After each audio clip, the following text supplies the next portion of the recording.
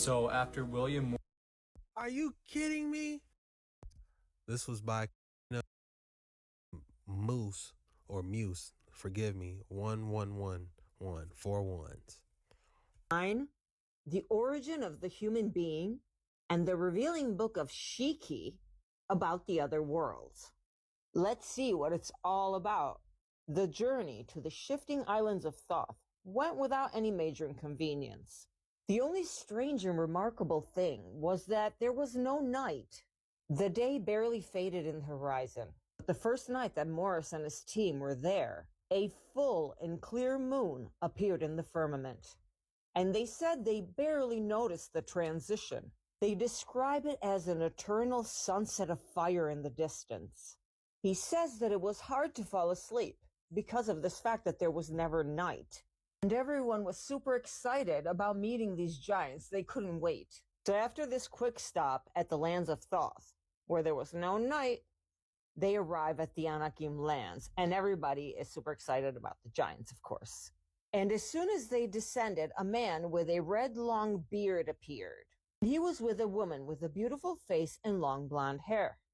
The captain then introduced everyone, and there was kind of a disappointment because, yes, these people were tall, but not more than 2.5 meters. Example, in America, I am 5'6.5". In Italy, I'm 1.67 meters. So someone that is 2.5 meters is, yes, he's super tall. Stupefied to step on the lands of the giants, everyone shakes hand, and then they follow them. The city was not so silent, and that was more like a rural area. And the language they spoke there was absolutely undecipherable to the crew. Captain Butler also couldn't speak it, but the woman who introduced herself as Shaky, she could speak it. She seemed to be fluent in it. Now they seemed to be in the center of this village, of this remote island, this ocean that was totally unknown to them. Shiki invites them in, and their houses were like domes, all in different sizes. Nevertheless, they were all domes. And they also saw huge white towers that had domes on the top of them. And then at the top of these towers with the dome, there were giants inside that were looking around, monitoring. William Morris says that his perspective, like his imagination, thinking of giants, that they were these semi-clothed barbarians. But in reality, this race was very advanced and seemed to come out of some parallel universe. Their attire was colorful and adjusted to their large bodies. Here we are at the good part. They approach the central area, and he says that there were giants, but of all different statures and heights. There were the lesser giants and the majestic giants. They were not all the same height, and this was fascinating to them, of course. Butler told us that this race of giants was so important for us to know our past, since there was in them ancestral human blood and pure giant blood from the ancient lands of Anak. And they promised that later they would tell us our history of our own race, how the ancient and pure giants joined the ancestral humans to bring forth one of the most powerful forces that ever existed. This all happened in the known lands to confront the custodians. And I'll tell you all about it in the next episode. Custodians, man. They could be the Rothschilds or something. I have no idea. For entertainment. The navigator crossed the ice wall. Are you ready to hear how the ancient and pure giants joined the ancestral humans to bring forth one of the most powerful forces that ever existed to fight against the custodians, known as the Great Tartary, which could have changed the course of our history forever? This is chapter 9 of the book, The Navigator Who Crossed the Ice Walls. In the previous episode, we got to the part where we found out that these ancient giants were our allies against the custodians. For all intents and purposes, this is a story in a book. And I'm not saying it's factual, but we also don't know. Our known lands used to be called the Great Tartary. And if the war had gone as we planned, it would have changed the course of our history forever. In any case, it marked a before and after, generating radical changes in our known lands, but it created changes in our surrounding worlds as well. Shiki, the beautiful giant, approached Captain Butler and William Morris while they were having this conversation. Shiki was holding a huge book, and she told Morris that this was going to help him understand our true history, our true origins, and also to understand the history of our races. As soon as Morris opened the book, he noticed several maps, and she made a special note here on our lands called the known lands. In this book, he found our history, everything there was to know, the races, the languages. It was very interesting to him. And here we have Morris that thought that nothing could surprise him or astonish him any more than what he had already seen. But yet, here we were again, absolutely shocked at the things that he was reading. So Shiki tells him that she recommends that he not take it all in all at once because it's a lot. Morris tells us that there are, to their knowledge, another 178 worlds that we don't know about. Then Captain Butler adds that yes, they have this 178 other worlds, but that doesn't even count all the islands around each world and behind them. So Shiki is with Morris and Butler, and she's trying to explain everything that she can. And all of a sudden, she comes to the part where there are the Anunnaki lands. And they said that her facial expression changed. The Anunnaki are also in the flat earth, ice wall theory, and Tartarian books. But they're not extraterrestrials from outer space. They are from other lands called the Anunnaki land, outside of our known lands. And she tells them the story on how the Anunnaki have always been hostile towards the humans of the known lands. They are also bound by a treaty with the custodians. William Morris says that everything was culminating to the final moment where he would know our true origins. Where did the beginning of human life start? The past of the giants, or giant humans, was hidden forever. Their technology and bones were as sadly hidden and forgotten as the greatness of their history. And new discoveries of giants will be today and in the future simply ridiculed. Some even intermingled with beasts that never inhabited these lands, the eternal known lands, where their oceans are stained with ancestral blood, which could have changed everything. The custodians made a pact. Never the humans of the new reset could know that a force was possible to defeat his invisible colonizer. He would not even know this time that there was a force from the above that was controlling these lands. Is it possible to escape into your spiritual freedom? Morris couldn't understand how it was possible for them to condition our minds so much. For a second, he questioned if the story was real. But then again, he said, how can I question the reality of the situation when I'm in it? He was literally living with the same giant humans of the story. And the team says, how can we doubt this story when we are in the lands behind the ice walls that we didn't even know existed? Are you ready to hear how the ancient and pure giants? Are you ready to learn more about the lands beyond the ice walls? Chapter 10. The Domes, Learning About the Worlds Behind the Ice Walls. From the book, The Navigator Who Crossed the Ice Walls. William Morris and Captain Butler come out of the domes where they were staying, and they notice that the temperature was so stable that it seemed regulated. There were fruits there, of all kinds, that were never seen in our known lands. And there was vegetation in the distance that had colors that they had never seen. And they speak of how Shiki, the beautiful giant, was captivating all of the crew members. Everyone was fascinated by her. Now Shiki would tell them more information that was in her famous huge book that talked about our real true history. She talked to them already about the treaty between the Anunnaki and the custodians. What were they looking for with that treaty? Morris dared to ask. Shiki turns to Morris and says, you have to understand, William, that the custodians and Anunnaki have something in common, in which unites them in their technology also. Their technology is primarily based on armaments and military development because they are colonizers from birth. When they arrive at certain circles, they look for ways to penetrate it to look for certain benefits for themselves. They study the life found there, and if it serves them, they want to own it. And best case scenario, they would find agreements for their benefit in its development.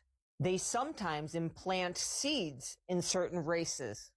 The custodians are also known for their advanced ships and for being among the few that are aware that there are 178 worlds or circled environments around the known lands. Here Morris asks, domes, what does that mean? What does it mean that it's a domed land, that we are in domed lands? And she responds, William, each circle is divided by one or several different domes, depending on what encompasses that circle. This dome is a kind of membrane that divides the system. And this information was very advanced for William Morris and from the times he came from. And she asks him if he's ever heard of the cellular theory. These circles could roughly compare to them, to what we call a cell and its plasma membrane. Are you ready to learn more about the lands beyond the ice walls? It sounds like they have multiple firmaments. Like each cell membrane could be a firmament for each particular world. That's what I'm getting. That's what I'm getting here.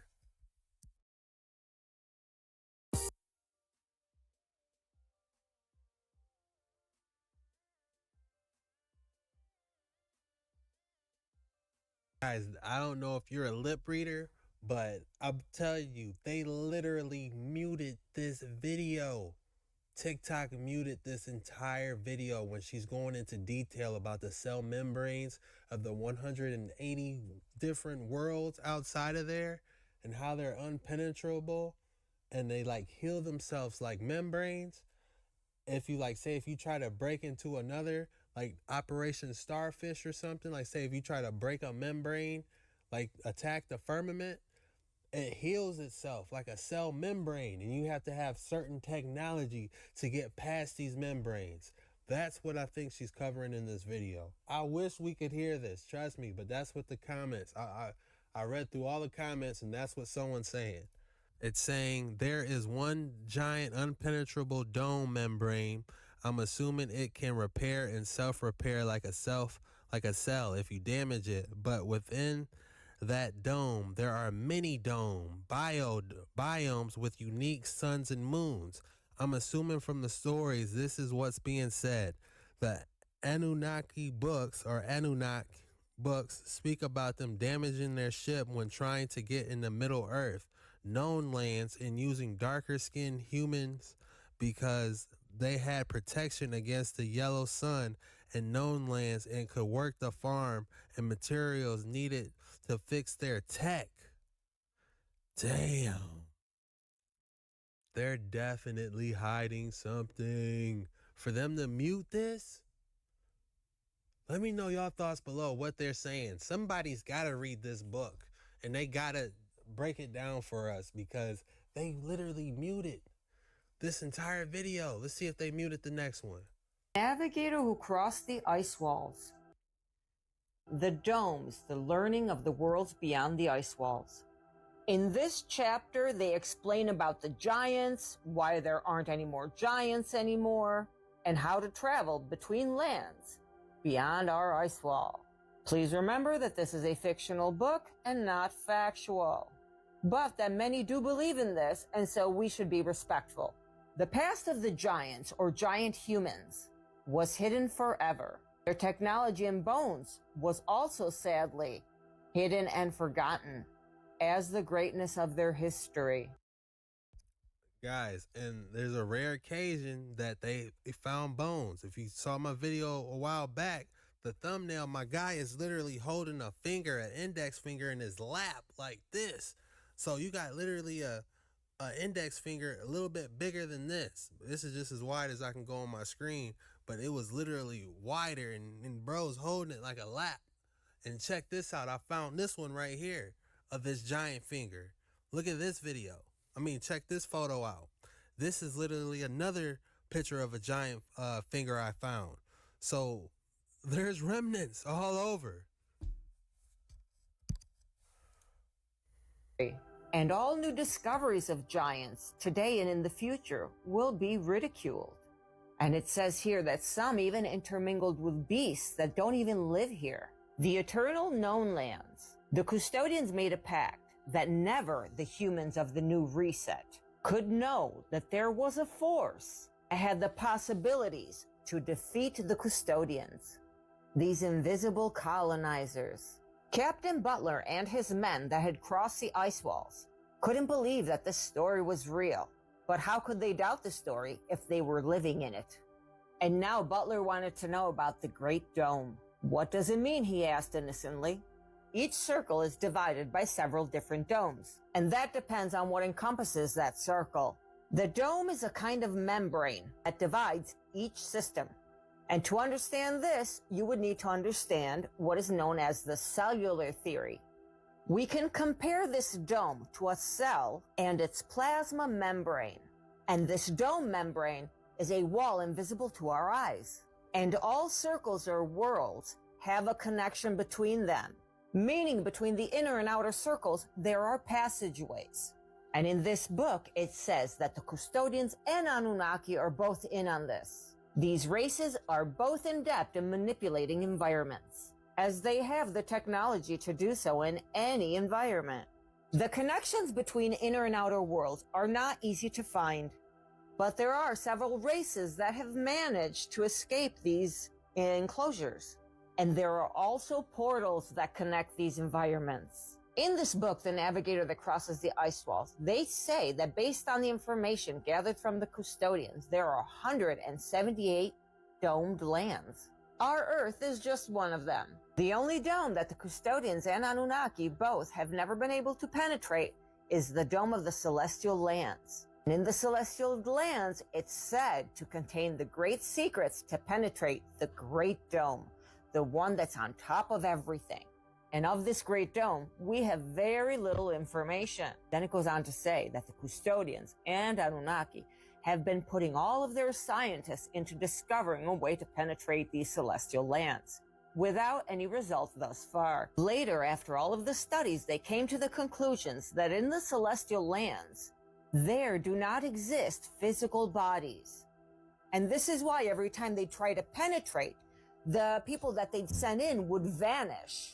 Or in other descriptions, explode, literally take fire. So physical bodies do not exist, but there is a conscious energy that they call the source, or the source of life. This theory goes that this energy began to perceive the danger of custodial and Anunnaki technology and acted accordingly to safeguard its environment. Then this conscious energy split, taking the body of the 5 masters who gave life to the human being, occupying lands around your home and or homelands. They first started with Asgard to the north, a remote place bounded by mountains, which are areas very difficult to discover. Then they developed and they took lands in Lemuria, Atlantis, and the center of their lands, which they called Hyperborea, which in turn was a direct connection to the outside world, with Asgard, which is their land of origin. And they did this by means of connecting portals. The navigator who crossed the ice walls. Navigator who crossed the ice walls, 178 lands beyond our known lands. This is the book, The Navigator Who Crossed the Ice Walls. Chapter 11, The Giant Humans and the Great Tartarians. As I've said, this book has a different history than that in our known lands. In the previous episode, I told you about the celestial lands and how they are impenetrable. And the custodians and Anunnaki both have been conducting experiments, pushing all different races of extraterrestrials and humans into the celestial lands, but without a result. Because as soon as the material body enters this territory, it evaporates or catches fire or explodes. They've tried it all with no success. William Morris finds out all of this information from Shiki, the surviving gladiator that was in combat against the custodians in the last reset.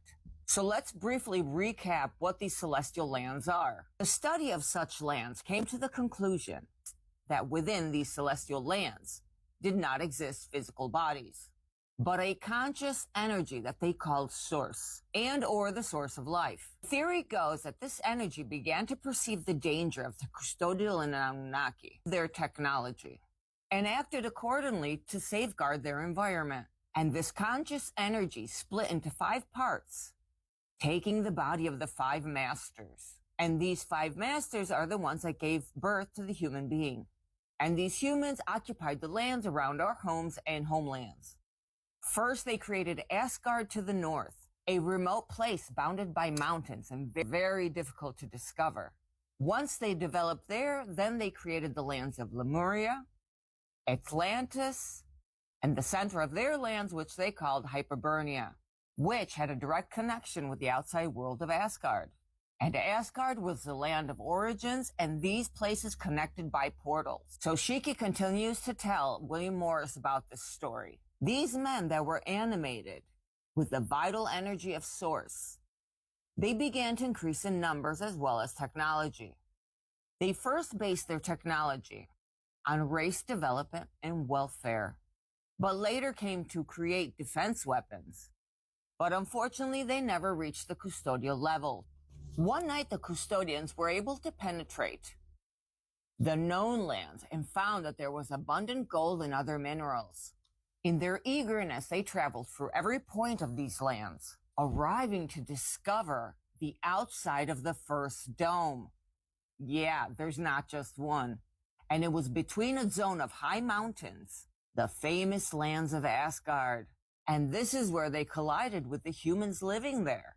This group of custodians was very surprised to find that these people had light weapons. When they attacked, they would immediately pulverize their enemies, and also igniting an alarm to warn the other lands that were inhabited by the other humans. Unfortunately, the energy that was sustaining these celestial lands and that animated the bodies of humans was not prepared to face the custodians. Furthermore, the custodians outnumbered the humans 1,000 to 1. This was the beginning of a long nightmare that lasted up until today. So why didn't they just...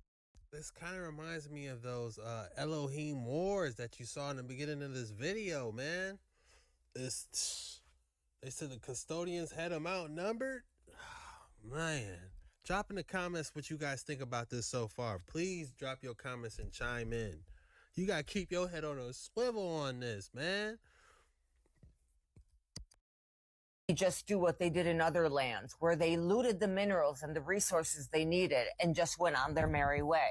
Why were the lands with all of these humans so important for them? Well, it was because they wanted to try with humans to penetrate the celestial lands as they had done with other races. Because humans have a soul, we have part of source energy inside within us. Navigate across the... That source energy, man, could that be the Holy Spirit? And it took special people that can penetrate and go inside it. I don't know. I'm just thinking of what it means. You know what I'm saying? The navigator crossed the ice walls, 178 lands beyond our known lands. Let's get into detail about the celestial lands and our source energy, our soul. The custodians noticed that the energy that resided inside of the humans always went to the celestial lands, regardless of where they met the point of death. The soul would always go and enter the celestial lands, but no material body could do that. And this is why. How can you make this up is what I'm trying to figure out. How could someone make this up? Honestly, this is like the greatest Star Wars Marvel movie. If you made a movie about this, do you know how hard it would go? This entire video for entertainment purposes only. This is just a fictional story. It's not real. But do you know how hard it would go if they made this? Why the custodians and the Anunnaki have been studying humans since the beginning of time that they have discovered them.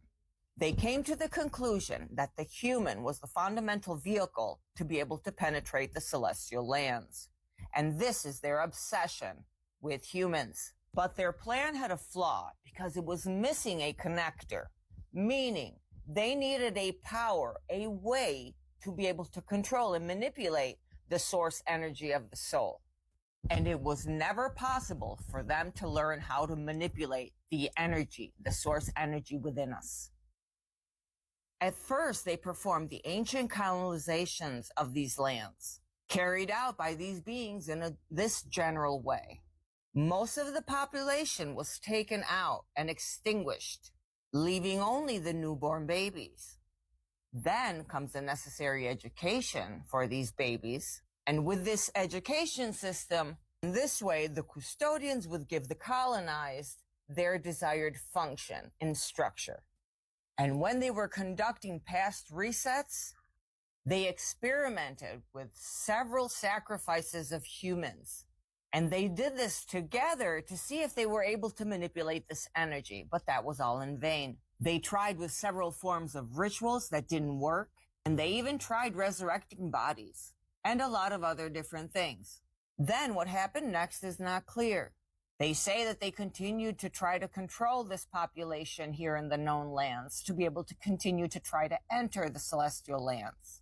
And others say that they continued to do so only because they feared humans and their huge potential in being able to grow and overcome them and defeat them in the future. And because we carry the source inside of us, we are very important, and that's why they won't leave us alone. Because the source energy within us keeps alive all the other beings and all of the other circled environments. And this is when the giants from the outside that were only observing and never interfered decided to do so, because they figured that if the celestial lands fell, then so would all the other circled environments. To be continued.